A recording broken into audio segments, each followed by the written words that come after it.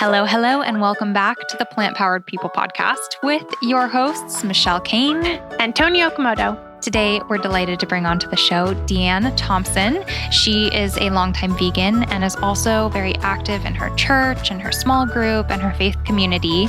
And she's coming on the show to talk a little bit about religion and how that applies to her vegan lifestyle. I personally am non-religious. I grew up Jewish. I am Jewish, but more culturally, I am otherwise identify as atheist. But this is a topic that I have encountered a lot over the years of being vegan, and it's something that I wish I could communicate better on, and something that I would love to get more knowledge and understanding about is religion, veganism, animals, and how that all relates to the Bible. I have spent a lot of my past year reading religious books that were all top sellers, and they were really good and inspiring, and it was not something I grew up with, so I found it especially intriguing. I just had no idea. And then we brought on some people into our lives. For example, Karen Brockway, who was in our episode of the New Year Challenge that we did. And also Raul from our documentary, which can be seen at 7daysdoc.com. They both talked about how faith was so powerful in driving them to plant-based eating. And we thought, wow, that's a great concept. And if there are other people listening who feel that connection with their faith and want to feel inspired, Deanne is a great person to share her experiences. She has done such a great job of creating this really inclusive group that supports plant-based eating in her church. And yeah, she's just great. And we hope you love this episode as much as we do. Hi, Deanne. Thanks so much for joining us today. Yes, thanks for having me. We're so excited you're here to talk about something that we have not yet talked about on the podcast. Yeah, and I feel like it's something that's really important. But first, before we even dive into any of what we brought you on the show for, we want to know a little bit about yourself. So can you take us from the beginning and tell us where you are right now? Yeah. With just kind of like with my vegan sort of walk. Just in general, what do you do for a job? What do you do for your life? What are you into? And then we'll get a little bit further into how you became vegan in a minute. So right now, I'm talking to you from Venice, California. And I am the Faith Outreach Manager at the Humane Society of the United States.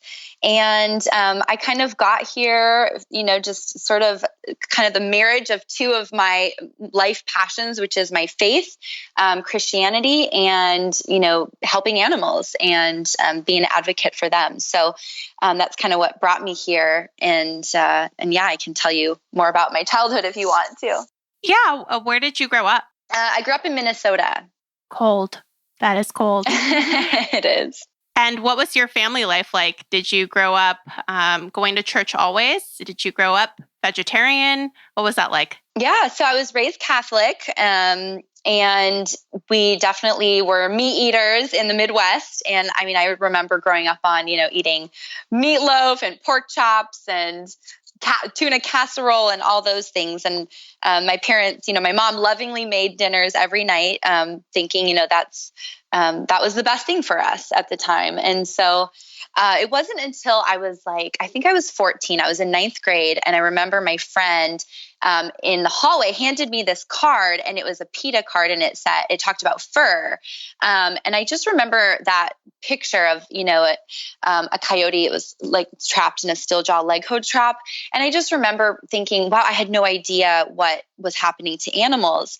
And that was just I learned about the fur industry. And I guess from there, I must have learned more about PETA after that. And I learned about how, animals are impacted in really every industry of our society. And I went vegetarian, in Minnesota. And it was interesting at the time, Hey, Deanne, how old were you at that time? I was 14. Mm-hmm. So you went vegetarian, and then what? Yeah, so then I just got really active for animals. I'd always loved animals, but I really realized, the scope of the issues at that time. So I started, volunteering at the local animal shelter. And then once I was on once I went to college, the University of Wisconsin, I helped co-start this animal rights sort of group on campus called SCAR, Student Coalition for Animal Rights. And we just got really involved. I was doing, protests at KFC and circus demos and just promoting, meatless meals and things like that. And how did your family feel? You grew up eating pork chops and meatloaf. When you were like, hey, I'm 14, I'm a vegetarian. How did your mom take that? Yeah, I was very fortunate to have very, very wonderful, sweet, supportive parents. And I don't remember it being a problem. I think she was concerned, of course. She didn't know kind of the health impacts. And so she was, of course, worried I wasn't getting all the things I needed to get. But they were very supportive. And I would eat a lot of side dishes and things like that. But they were really sweet. They even moved from a Catholic church to a non-denominational Christian church with me in high school. So they're definitely open-minded parents. To those of us who don't really know what that means, I personally grew up non-religious and I don't really know the difference. Can you explain why that change is so significant? I think Catholicism is just very ingrained in people who follow that. So you don't normally hear of someone like saying, okay, cool, let's try a different church now. So it's its own denomination. It's still under, Christianity, but it's definitely different. So for them to just be willing to kind of try something different was really incredible. Something that we felt was a better fit for our family. Can you take us back to when you were a little girl and how kind of your faith and your family and that kind of upbringing molded you as a human being, as a person, and how that, what sort of meaning that had in your life to the point where you'd sort of evolve with your parents and your family? Yeah. I think that when you're raised with faith like that, religious values call us to be kind and merciful. And so when you really it just helped me grow me into a very empathetic and compassionate person who, it teaches you to sort of think outside of yourself and serve and not be served and, care for the least of the least and, all of those things that we learn in the Bible. And so I definitely was able to extend that compassion to animals and realize that it really does go hand in hand with my ethics and I'm able to, make sure that what my beliefs are and my values, they align with my actions. As I mentioned, I grew up non-religious. I just didn't, my grandma went to church. I grew up with my grandma and she went to church, but that was her own thing. And she never made me do anything I didn't want to do. And I never felt compelled to learn about it. And so I just grew up with this whole piece that so many people make a huge part of their lives and identities even. And this past year or so, I really dove into a lot of religious books, specifically Christian and Catholic books, because I had gone to college just a few years ago. I finished college and it was a Catholic school. So that was my introduction. And then I started learning all about Christianity and all the things that you mentioned of serving the underserved and being loving and compassionate and forgiving. And it really, really just called to me, that message. And although I'm still not religious, I'm a big fan of Jesus Christ. I think that as someone to inspire you and to like a role model. Yeah, a role model to give you an example of what is good and how to treat people and how to be loving. I really, really love that idea, and that just called to me. So I would love to hear more about that with veganism. When I was reading something, there's this one book in particular. It was about how Christianity doesn't have to be an all or nothing thing, and it doesn't have to be extreme. Maybe there are examples of people who have been extreme and it was a turnoff to you, but it doesn't need to be that way. And the whole time I kept on thinking about veganism. Every time he said Christianity, I swapped it in with veganism, because veganism has been a big part of my life and identity for so long that it really resonated with me in that way. And there are a lot of people who are extreme and who say it needs to be all or nothing. And there were just so many parallels. So can you talk a little bit about how those two concepts go together? You said for you, it was married in your job, but how in general is it married? Yeah, you're right. There are so many parallels. It's crazy. And I think one of the verses that kind of sticks out to me is in Matthew, and it talks about like how wide is the gate and broad is the road that leads to destruction, and many enter it. But small is the gate and narrow is the road that leads to life.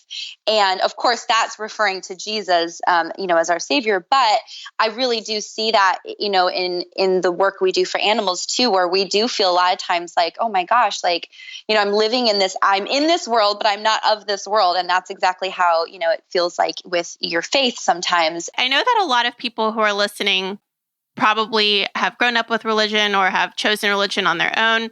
What advice do you have for people who are really involved in their church or their prayer groups or their Bible studies and are not really accommodated? I know that I went to church with one of my very good friends, Anna, and she's super involved in her church. She sings in the choir, she volunteers, and is just super involved and active, but they're not very accommodating to veganism.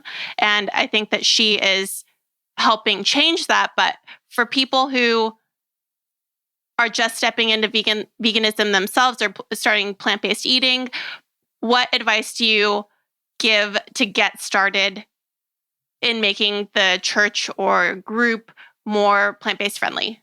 Yeah, that's a great question. And that is a huge thing that we struggle with, of course, as people who are vegan or vegetarian in our faith communities, because it's, our churches or wherever we're going, our places of worship, those are sort of our safe places. They're our refuge. And so we want it to feel safe. And then when we hear something or see something that feels contradictory to what we believe, it's really challenging.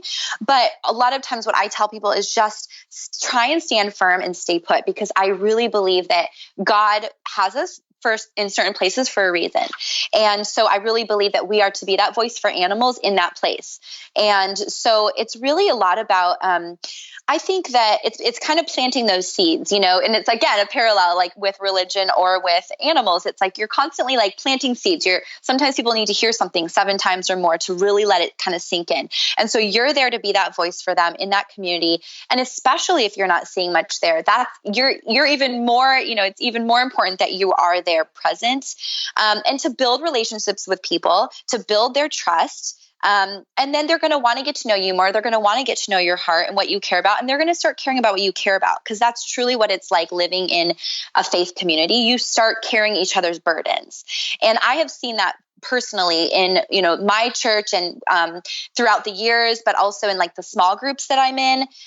For example, there's one really great group out here. It's a bunch of women, and we kind of, we've learned about each other through, as the time goes on, and we get to know more about what we care about. And so we kind of did this series where, we kind of almost talked about different social justice issues, like that each girl was kind of passionate about. And it was so cool because we all were able to be a little bit more enlightened about issues, but also carry that, the heart of that girl. And through that, you really do, they're now a lot more compassionate. They understand more. Some of them are on their own, starting to look into more plant-based options.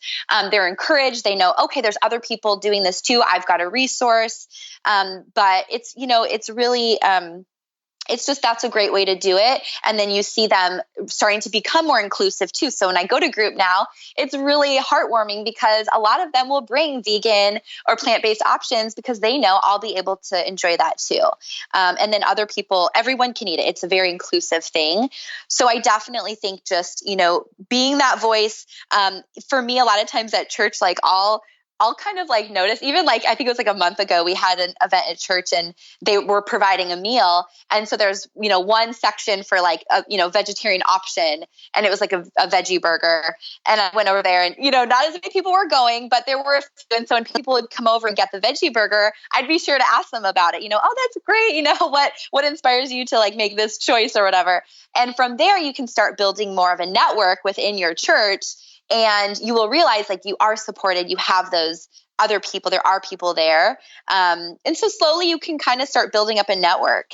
I also like, there's a lot of things you could do. I mean, you could even show like a screening of a film one night and, maybe it's like Forks Over Knives, or we have a really cool documentary, Eating Mercifully, but that's a cool way to attract, like-minded people. And then you can start realizing, okay, there's more people here. I have this support. And I think that's so important. Yeah. And I think that what you said, especially at the beginning, is powerful in general.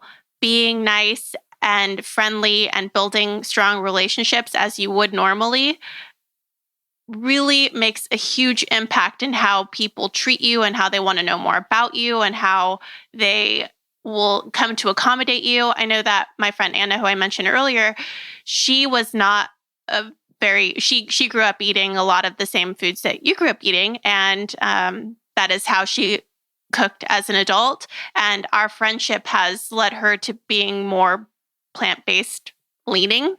And she's really active in our church.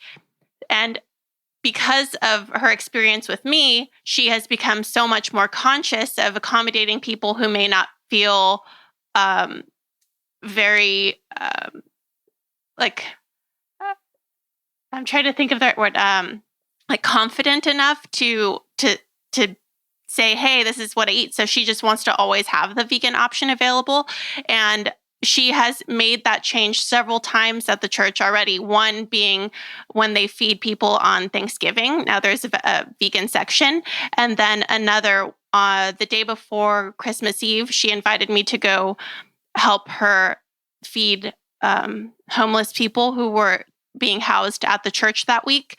And she made a vegan option, which she made for me to serve. And I just thought that was so nice and considerate to all of the people who maybe not just, like they don't want to be a burden on anyone with their diets, so they may not say anything. And she was just considerate of that from the beginning.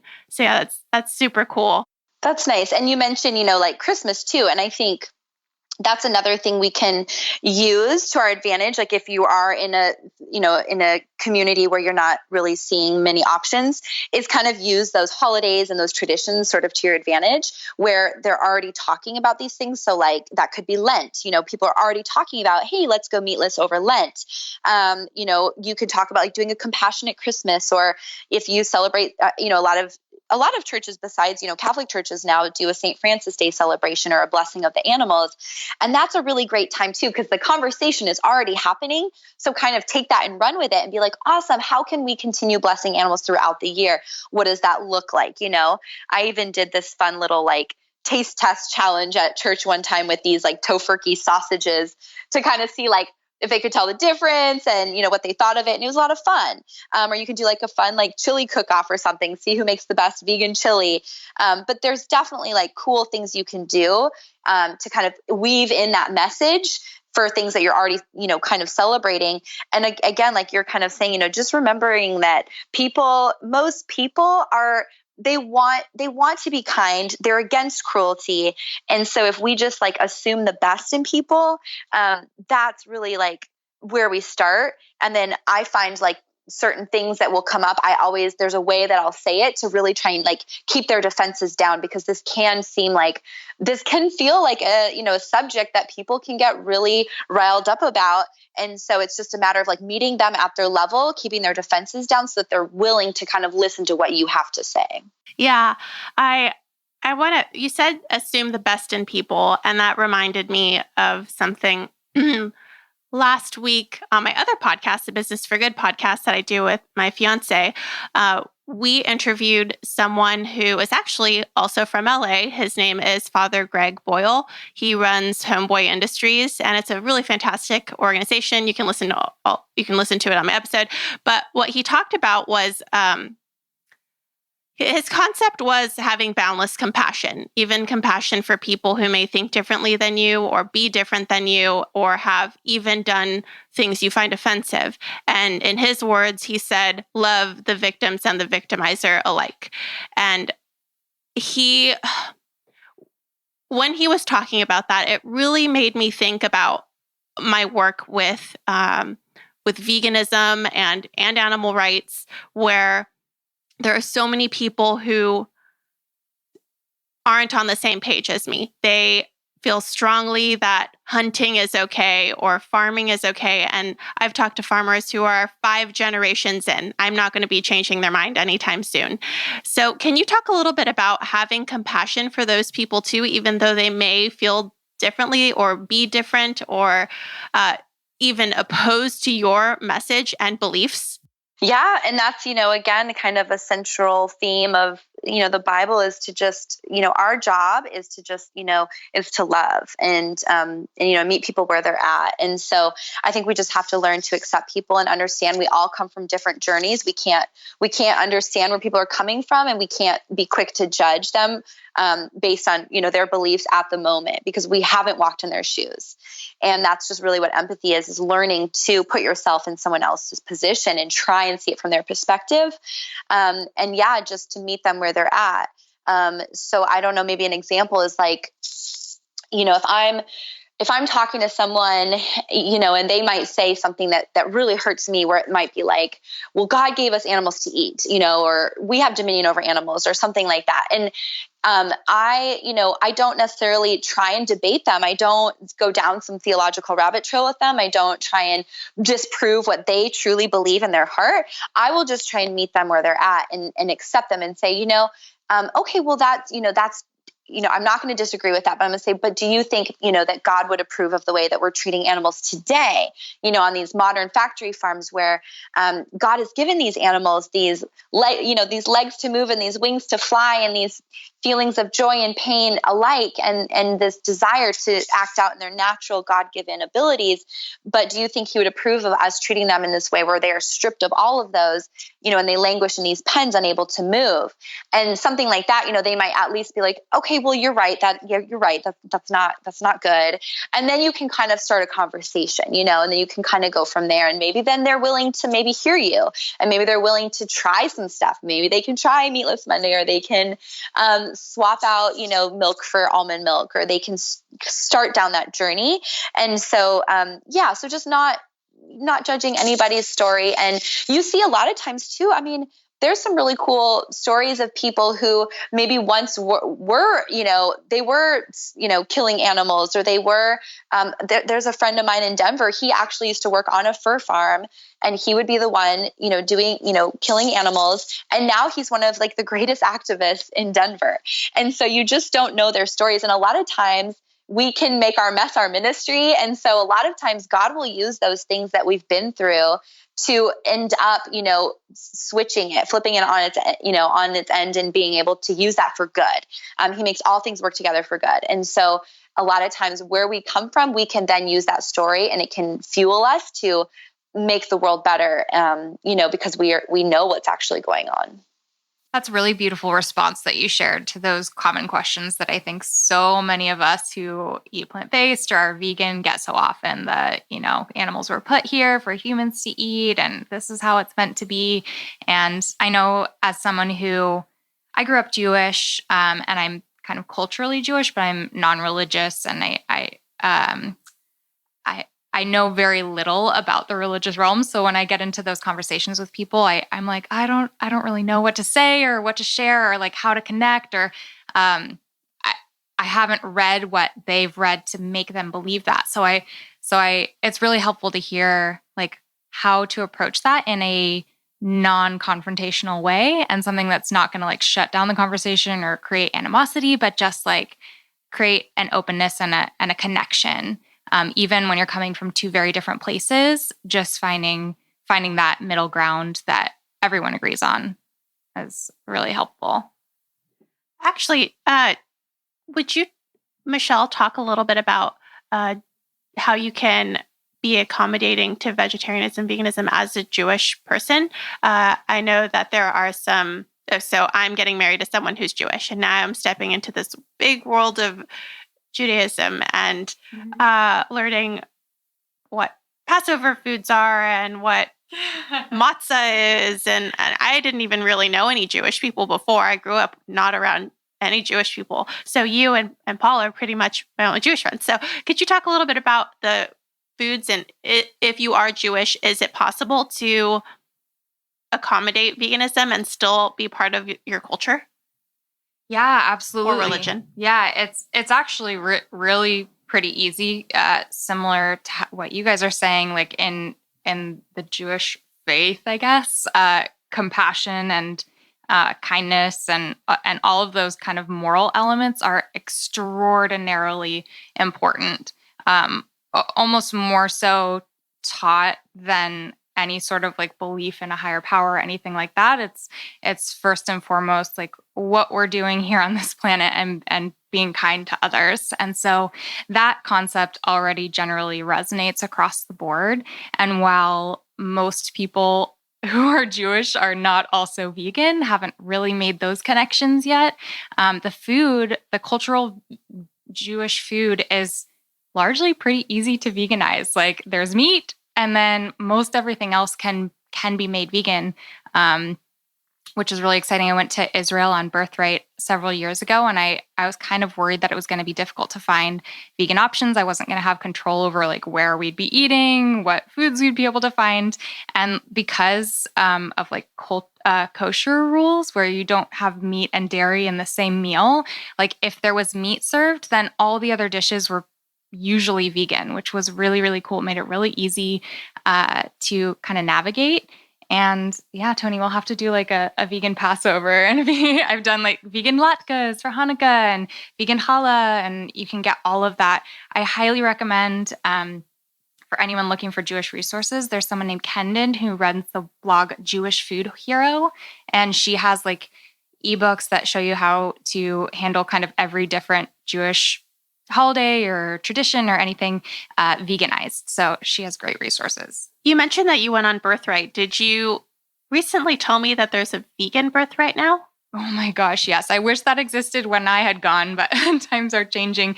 The vegan scene in Israel is exploding. They're like one of the most progressive countries out there in terms of kind of taking action on animal issues, and just the culture there's changing and grasping onto those concepts so fast and furiously. And there's vegan restaurants popping up everywhere. It's just like the vegan scene there is hot. And so some people who help kind of in the vegan space in the United States have organized vegan birthrights. And so it helps kids who are Jewish basically travel to Israel one time in their life with like a group and everything. And then they get to visit vegan restaurants and have that whole experience there, which is really, really cool. That is really cool. I'm going to Israel in a couple months with Paul's family for their 50th wedding anniversary. And I am so excited about all of the food that I'm about to eat. The hummus is unreal. Oh my gosh. Best hummus ever is in Israel. So, Deanne, what resources do you recommend for people who are both vegan and Christian? And also for people who are communicating with people who are not Christian or not religious, but want to provide those resources for people. Yeah. So I would say, I guess if they're not, it would probably just be the typical like vegan materials. But if they are a person of faith, then I really like the Eating Mercifully documentary that we have. Where can they find that? Yeah, so that one you can actually watch that on YouTube. You could just look it up, Eating Mercifully, HSUS. And that's like a short little documentary. It talks about kind of, faith perspectives on sort of factory farming and our food choices from a Christian perspective. So we interview like pastors and farmers in that. That's a good one. Sacred Duty, I believe it's called, is a good one for like the Jewish community. There's great books. There's Dominion by Matthew Scully. I really like, actually, Toni, your fiance, gave me the book Dominion of Love, and that's by Norm Phelps, and I really loved that book. That is a great one. There's like Vegangelical, obviously the Bible, and then there's, resources like finding groups online. Even Facebook is a great resource. You can find like there's a vegan spirituality group There's like Christian vegan groups. I think it's so important to plug into those communities, to know you're supported and have a safe place to talk about stuff that's really tough and that you might be dealing with that other people don't understand. So definitely like plugging into community. There's books, there's, great documentaries and resources like that.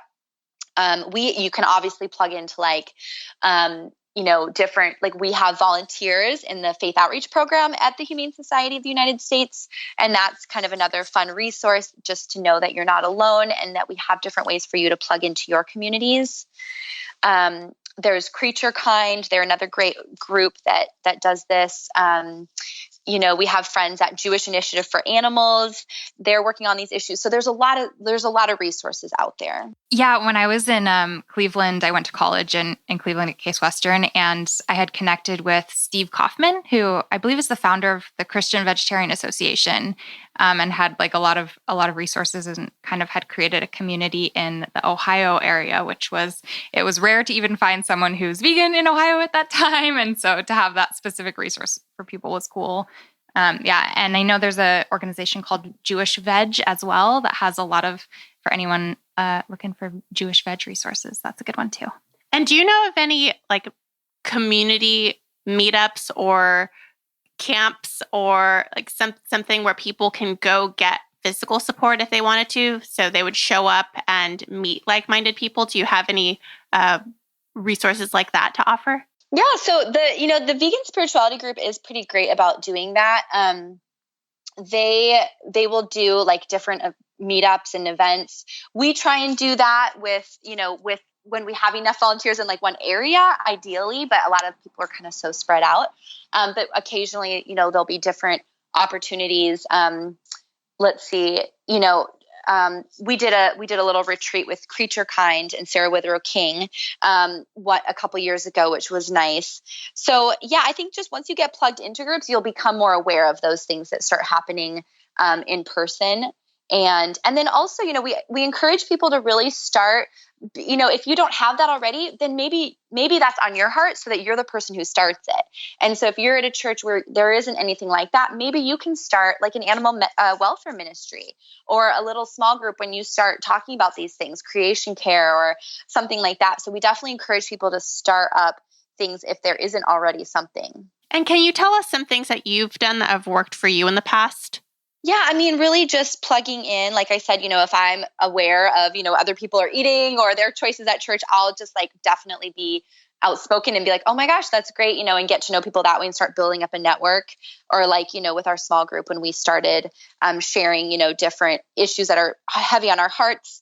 I think those are things that have really helped, and just being in community, whether that's within your church or, even if it's just a vegan community, at least you've got that. And then from there, you'll find, you can slowly, start building up more people of faith, but it can take time, to find them. Well, thank you so much for sharing your story and for all of the great resources that you provided. I'm going to link everything in the show notes on our website, Plant Powered People Podcast. So my friend Anna, as I keep talking about her, she's one of my closest friends. She goes to church every Sunday. As I mentioned, she sings in the choir and she knows the Bible in and out. She can quote you all of the scripture if you want. And one thing that she said that she didn't realize a long time ago before she met me was that there was this passage, and I can't remember what it is, but God is talking to this man, and I can't remember his name, and he's talking about how so many people are going to be hurt by his decision, people and blah, blah, blah, blah, blah, and the cattle, and that's how it ends. And she said she had never heard of that part until she started caring more about how animals feel. And I was wondering if there are other places in the Bible where it is clear that God really cares about animals. Yeah, that's a great question. And you're right. Sometimes we kind of skip over those things or we don't pick up on it. And so it is important for us to realize like how full of this message the Bible is. So like a very clear scripture is Proverbs 12:10 that says the godly care for the needs of their animals, but the kindest acts of the wicked are always cruel. And then Psalm 36:6 is similar. It says that God cares for people and animals alike. But even more than just specific scripture, it's about like, looking at, God created animals. He loves them. He blesses them. He forms covenants with them. Look at like the care and the creativity that he used in creating all these different species of animals. It's incredible. And I think a lot of times people don't realize like what the original purpose was of animals. So when you look back at Genesis 2:18, it says, that he created Adam and he was like, it's not good that you're alone. So I'm going to make a helper fit for you. And then out of the ground, the Lord formed every beast of the field, every bird of the heavens. And he ended up bringing them all to the man to see what he would call them. And then whatever Adam, called every living creature was its name. So this is the livestock, the birds, every beast of the field. And then after that, God realized, they basically said, okay, there was no helper, like, suitable for Adam in the sense of like a companion. So God created Eve. However, God created these animals as companions. And what I love about this verse too, is that the first task of Adam was to name animals. When you name animals, that signifies a relationship. This is not like, this tyranny, it is about, we are going to do life together. You're my companions. And so the Bible has this beautiful display of stewardship. And a lot of people get this idea of dominion really, really mixed up. But dominion in the Bible it's a biblical dominion. So it's meaning stewardship, to take care of something and to really reflect that same compassion and mercy on animals as God bestows upon us. And so when you look at like Psalm 24:1, it says, the earth is the Lord's and all it contains.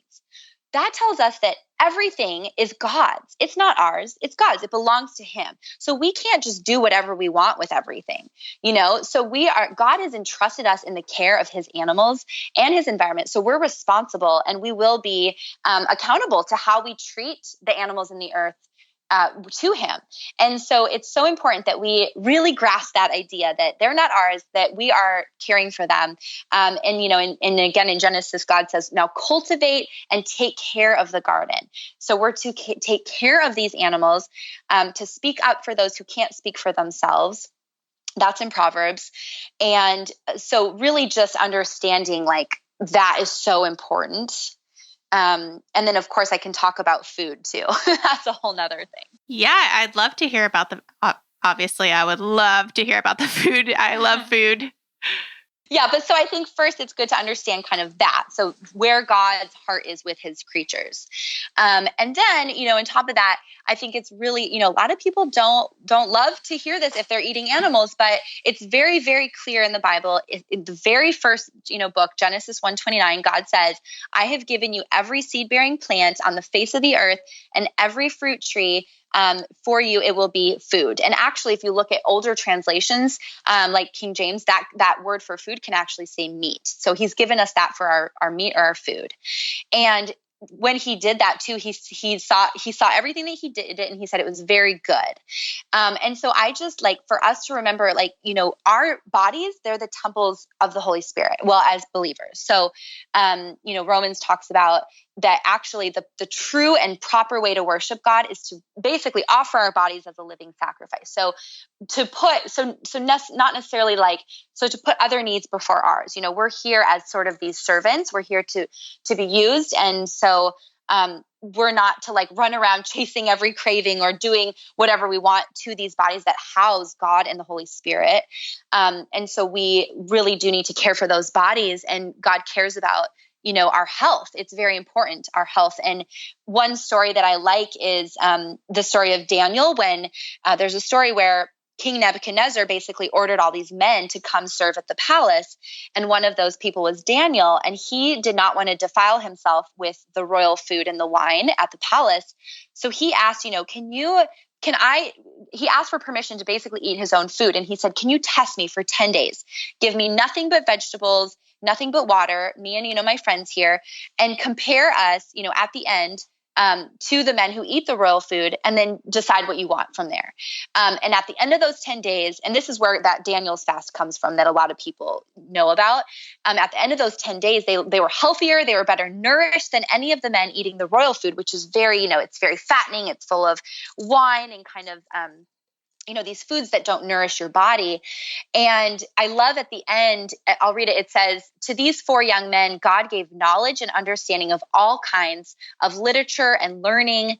And Daniel could understand visions and dreams of all kinds in every matter of wisdom and understanding about which the king questioned them. He found them 10 times better than any of the others in his whole kingdom. And it's almost like he was blessed because of this, because he, showed like from eating these vegetables. So I think that's important. And then we just see how, we're essentially killing ourselves by the food that we're eating. These animal products are the leading causes of death in our country. And so, it's just important that we recognize that was not God's ideal. And I do believe that, after sin entered the world, this curse sort of fell in creation. God's ideal plan was thwarted. And this is not ideally what he wants for us, but because he gives us free will, we can essentially make whatever decision we want. We can eat what we want. He's not going to force us to do anything. But, like 1 Corinthians says, everything is permissible, but not everything is beneficial. And it's important for us to, use these brains that God gave us and make that decision for ourselves, what we think is best. It's so crazy to me that these stories exist from so far in the past, like a 10-day basically vegan cleanse. And then we like sharing how beneficial that is. And like just today we're starting to like, someone will go through that and everyone will look upon it and be like, oh my God, I would have had no idea I'd feel so healthy. And it's like crazy that these stories exist from the past. Toni and I just made a mini documentary called 7 Days where Raul went, who had been eating, standard American fast food diet, ate totally fully plant-based for 7 days. And the results were just incredible. And we documented it in the film. And it's just so fascinating, cool to me that these stories exist from so long ago. Yet they just seem to be sort of forgotten by most of society. Yeah, exactly. All right, Deanne. Well, we are so grateful for having you on the show and for sharing all of your knowledge. I know that I find this stuff so fascinating, and I believe that people who are believers or not will gain something out of this, even if it's just how to talk to people who use the Bible to put down vegetarianism. So yeah, I'm just so grateful that you have come on to share your wisdom. Yeah, and thank you for all your work in this space.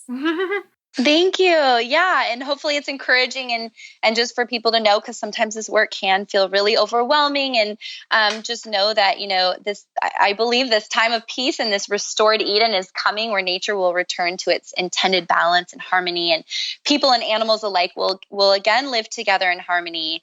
And just like Isaiah talks about, that there will be a day where the wolf and the lamb will live together, and all these animals, and the little child will lead them, and nothing will hurt or destroy all on his holy mountain. And so we just keep going in faith that what we're doing is so important. Every animal we help, it makes a difference, and that one day there will be no more suffering. That is a beautiful message to go out on. Thanks, Deanne. Thanks so much, girls. Big thank you to Deanne for coming on the podcast and sharing her experience. We hope that you got something out of it. We sure did. I am feeling very equipped to have more religious discussions. I have, as I mentioned in the podcast episode, a lot of friends, especially Anna Weatherby. What's up, Anna? So yeah, I'm just feeling really good about it. Yes, thank you so much, Deanne. For all those listening, if you want to check out the show notes from this episode, head over to plantpoweredpodcast.com, and you can see all of our different episodes there, as well as the show notes and everything that Deanne mentioned here in this episode today. We link that for you right there. And I also hope that if you haven't already, you'll check out the mini documentary that Toni and I came out with recently called 7 Days with Raul. You can check that out at 7daysdoc.com. It's just just 14 minutes long, and it's super inspiring if you want some health inspiration and to learn some pretty cool things about plant-powered living. I highly recommend you check that out, and it would mean the world to us if you'd share it and comment on it on YouTube and all of those things. It makes us so happy. All right. Thanks again. We'll catch you on the next episode. Bye.